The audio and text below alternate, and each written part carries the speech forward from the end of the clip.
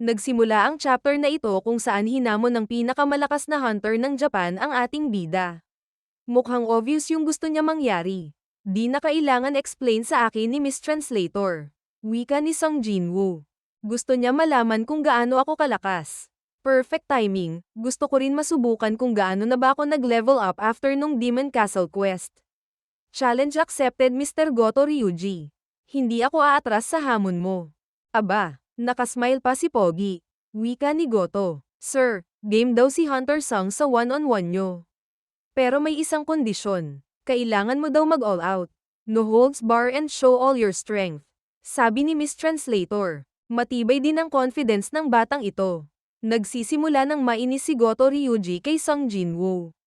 Sa kabilang banda, mukhang di magets ng ibang S-rank hunters, gaya ni Hunter Lim Taego ang nangyayari.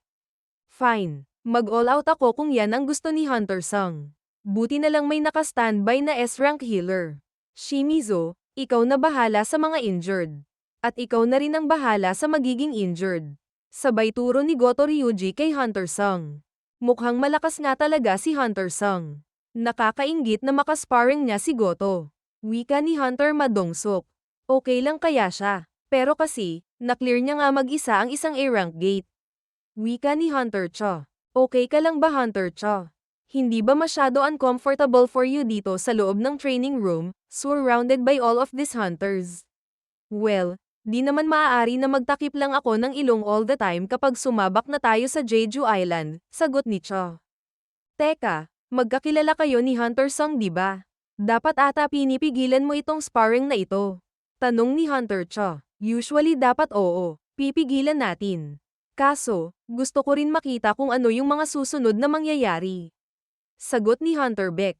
Hindi ka ba excited na panoorin sila? Tanong ni Hunter Beck kay Cha Hae-in. Gusto ko rin makita kung gaano na ba kalakas si Hunter Sung at kung patuloy pa rin ba ang paglakas niya. Hindi ko ito pwede palampasin. Excited na hirit ni Hunter Beck. Alright, let's get started. Isang matinding pag-atake ang ginawa ni Goto Ryuji sa ating bida, bago pa man din matapos ang kanyang pagsalita. Walang sinayang na sandali si Goto. Attack agad. Excited ka laban ko, sabi ni Hunter Sung. Very obvious naman talaga na hindi siya isang magic type hunter. Isang malaking kasinungalingan. Napakabilis ng reflex at movements niya. Hindi mo ako maloloko Hunter Sung. Ilalabas ko lahat ang sekreto mo sa laban na ito. Convinced si Hunter Sung na talagang mas malakas si Goto Ryuji kumpara sa ibang S-rank hunters. Pero, hindi naman ibig sabihin na hindi ko kayang maiwasan at masabayan itong galaw niya. Napansin ni Goto Ryuji na nakangiti si Hunter Sung. Nakabungis-ngis ka na naman. Talagang iniinsulto mo ako. Pakiramdam ni Goto Ryuji. Mas lalong nainis at nag-uumapaw na ang tensyon sa kanilang dalawa. Umiinit lalo ang eksena. Lumipat ang eksena sa mga nanunood ng laban. Lahat sila ay amazed sa magandang action fight nila Goto at Hunter Sung. Ang ilan sa kanila ay worried na kung dapat ba napigilan ang labanan, kasi nga, nagiging seryoso na si Goto sa mga atake. Sabi nga ni Mama Cha Hae-in, hindi lang basta nakakasabay si Hunter Sung, inaasar pa niya si Goto para mas umatake at mas maging seryoso lalo sa laban. Aba nagyosi lang ako, nagkaroon na agad ng matinding happening. Sabi ni Hunter Choi, ito ba talaga ang magic type hunter? Ganito kabilis na naiiwasan ang mga atake ko. Kalokohan, kapag hindi ako mag-all out, ako ang lalabas na loser sa laban na ito. Bahala na, tutuluyan ko na siya, galit na hirit ni Goto Ryuji. Warning, may killing intent na malapit sa'yo. Sabi ng system kay Sung Jinwoo. Hindi na ito maganda. Kapag magpatuloy ito, baka pilitin ako ng system na bawian ng buhay si Goto bilang isang mission. Kailangan maging seryoso na rin ako. Napakalakas, wika ni Goto. Maaari na niya tapusin ang laban kung hinawakan niya ang aking braso, pero talagang hindi pa niya tinapos. Kamay ko lang ang hinawakan niya.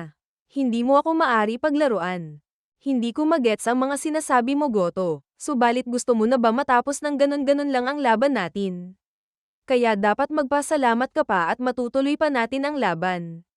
Sabi ng ating bida. Mas lalong umiinit at nag-uma pa ang aura na nilalabas ni Goto Ryuji at Hunter Sung Jinwoo. Both are decided na talagang maging seryoso sa laban. Pabilis ng pabilis, Palakas ng palakas ang bawat atake. Kinakabahan na rin ang nanunood.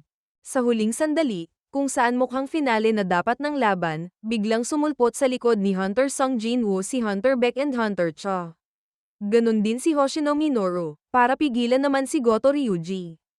Nag-release ng ice barrier si Kei, sa gitna nila Goto Ryuji at Hunter Sung Jinwoo. Si Kei ay isa rin S-rank hunter ng Japan, na mukhang magic type hunter. Itigil na ang laban na ito. Wika ni Hunter Baek, si Goto ang leader ng Japan sa raid. Malalagot tayo. Hindi siya maari mapahamak sa sparring na ito. Dagdag ni Hunter Chahayin. Out of control na itong sparring between Hunter Sung and Goto. Let's end this now. Sigaw ni Hunter Baek kay Miss Translator. Naging sobrang intense talaga ang nangyari. Subalit si Sung Jinwoo naman ay mabilis lang din na kumalma.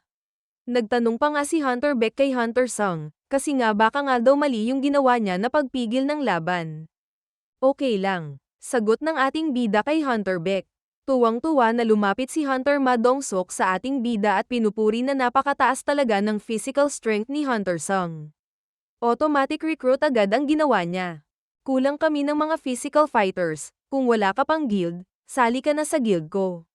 Master Ma Dong-sok, isang magic type hunter si Hunter Sung.